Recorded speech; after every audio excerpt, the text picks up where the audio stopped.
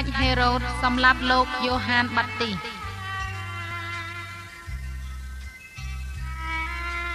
ព្រះបាទហេរ៉ូតបានជ្រាបអំពីហេតុការណ៍ទាំងអស់នោះត្បិតព្រះកេតនាមរបស់ព្រះយេស៊ូវបានល្បីឮខ្ចរខ្ចាយមានគេនិយាយថាលោកយូហានបាត់ទីបានរស់ឡើងវិញហេតុនេះហើយបានជាលោកមានអំណាចនិងធ្វើការអស្ចារ្យយ៉ាងនេះអ្នកខ្លះថាលោកជាព្យាការីអេលីហើយខ្លះទៀតថាលោកជាព្យាការីម្នាក់ដោយព្យាការីឯទៀតពីចំនួនដើមដែរ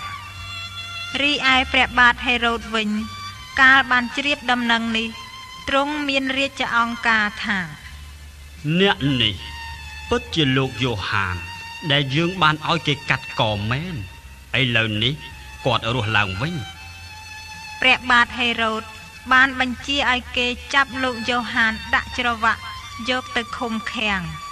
ដោយទ្រង់ជឿតាមព្រះនាងហេរ៉ូឌីយ៉ាដាដែលត្រូវជាមហេសីរបស់ស្ដេចភីលីបជាអាណុច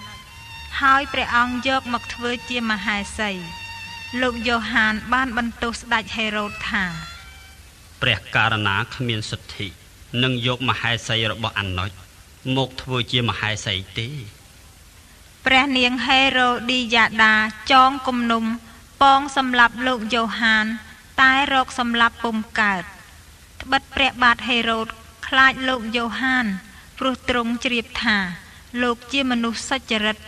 និងជាអ្នកដ៏វិសុទ្ធដូច្នេះទ្រង់ការពារលោកកាលទ្រង់ព្រះសណ្ដាប់ពាក្យលោកយូហានទ្រង់សពព្រះハរតីជាខ្លាំងតែទ្រង់រារែកមិនដឹងជាត្រូវគិតយ៉ាងណាមានថ្ងៃមួយក្នុងឱកាសបុណ្យចម្រើនព្រះជន្មរបស់ព្រះបាទហេរ៉ូតព្រះអង្គបានរៀបចំពិធីជប់លៀង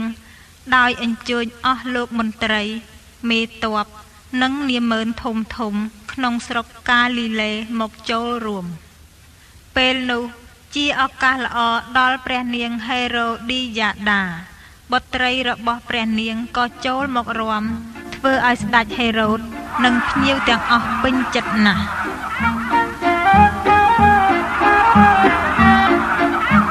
ស្ដេចក៏មានព្រះរាជអង្គការទៅកាន់នាងថាបើនាងចង់បានអ្វីចូលសុំពីយើងចុះយើងនឹងឲ្យនាងរួចស្ដេចស្បត់នឹងនាងថាអ្វីដែលនាងសុំពីយើងនឹងឲ្យនាងទោះបីនគរមួយចំហៀងក៏ដោយនាងក៏ចេញទៅសួរមាតាថាតើខ្ញុំម្ចាស់ត្រូវសុំអ្វីមាតាឆ្លើយថាត្រូវសុំក្បាលរបស់យូហានបាទីស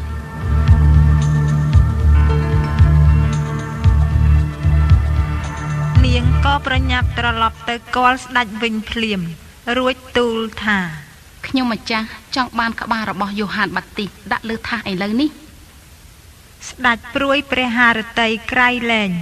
តែមិនហ៊ានបដិសេធឡើយព្រោះទ្រង់បានស្បត់នៅមុខភ្ញៀវទាំងអស់គ្នាទ្រង់បញ្ជាទាហានម្នាក់ឲ្យទៅយកក្បាលលោកយូហានមកភ្លាមទាហានទៅគុកកាត់កលោកយូហានយកក្បាលដាក់លើថាសមួយមកប្រគល់ឲ្យនាងហើយនាងយកទៅថ្វាយមាតាកាលពួកសិស្សរបស់លោកយូហានបានឮដំណឹងនេះ